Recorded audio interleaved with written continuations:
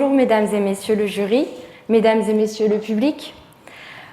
D'après une dernière publicité concernant les pâtes, Panzani dit que Panzani fait de nos pâtes un ingrédient de bonheur. Mais pensez-vous que les pâtes devraient être gratuites pour les étudiants?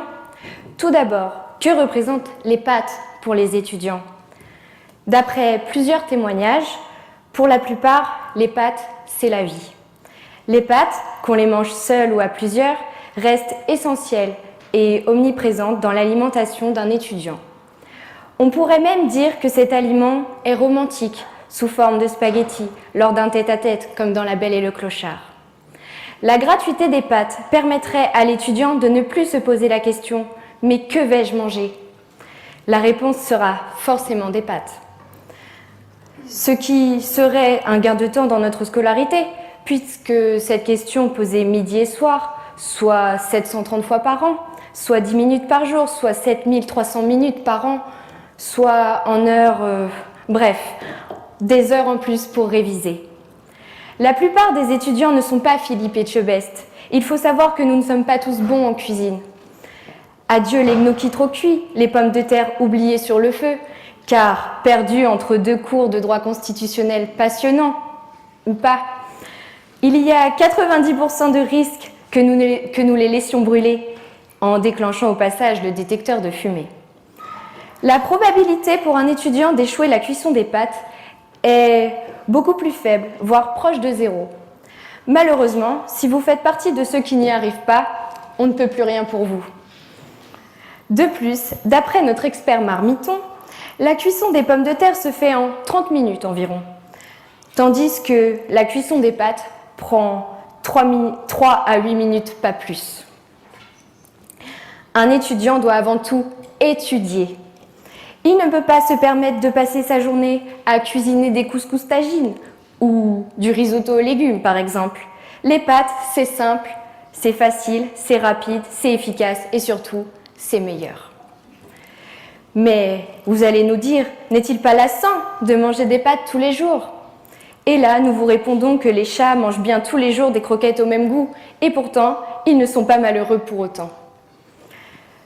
Nous pouvons tout à fait faire varier les plaisirs avec les pâtes, que ce soit l'assaisonnement, la sauce, l'accompagnement, les pâtes au beurre, les pâtes au pesto, les pâtes carbonara, bolognaises, pâtes au saumon, et j'en passe. Mais on peut aussi faire varier les formes, tagliatelle, penne, spaghetti, pâte alphabet pour les plus enfantins d'entre nous. Et puis les pâtes peuvent être avec sans sel, voire même au sucre, en référence à l'émission de Super Nanny, car après tout, chacun ses goûts, on ne vous en veut pas. D'après nos chers confrères étudiants stapsiens, les pâtes sont des féculents, donc très bonnes pour le corps, avec un indice glycémique important, ce qui procure assez d'énergie pour étudier et suivre les cours. Si elles sont trop cuites, elles se transforment en sucre rapide, et si elles sont bien cuites, alors ce sont des sucres lents. Elles peuvent donc se manger à tout moment de la journée. Malgré le fait que manger des féculents à chaque repas n'est pas recommandé, il existe d'autres sortes de pâtes, comme les pâtes fraîches, les pâtes complètes, les pâtes à l'œuf, les pâtes aux légumes. Leur gratuité n'entraînerait pas une surconsommation de ce produit. Puisque les pâtes représentent déjà la base du régime étudiant.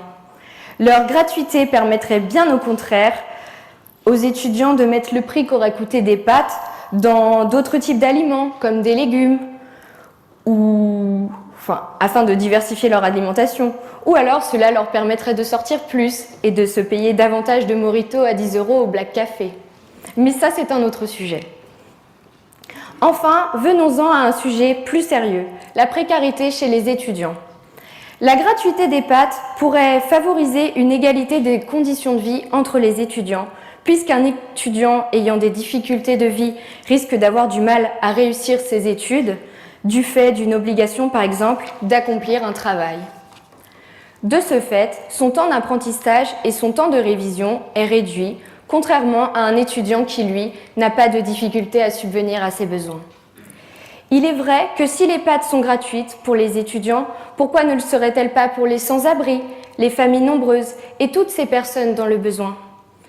Oui, c'est injuste, certes, mais ce qui est encore plus injuste, c'est que nous, étudiants, dans les réformes, dans les discussions, nous ne sommes qu'une catégorie oubliée. Il a fallu que certains d'entre nous s'immolent, se suicident, pour que le monde réalise enfin que tous les jours, des étudiants galèrent pour vivre. Certains sont obligés d'avoir un travail, d'autres arrêtent même leurs études, et nous sommes là face à des situations dramatiques. Les étudiants aujourd'hui étudient pour être l'avenir de demain.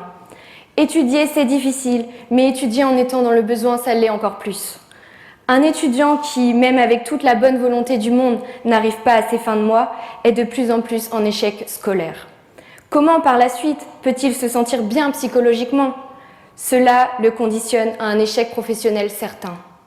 Alors oui, les PAT devraient être gratuites pour les étudiants, car même si leur mode de vie ne change pas, se sentir aidé et compris, ça fait du bien, c'est le plus important.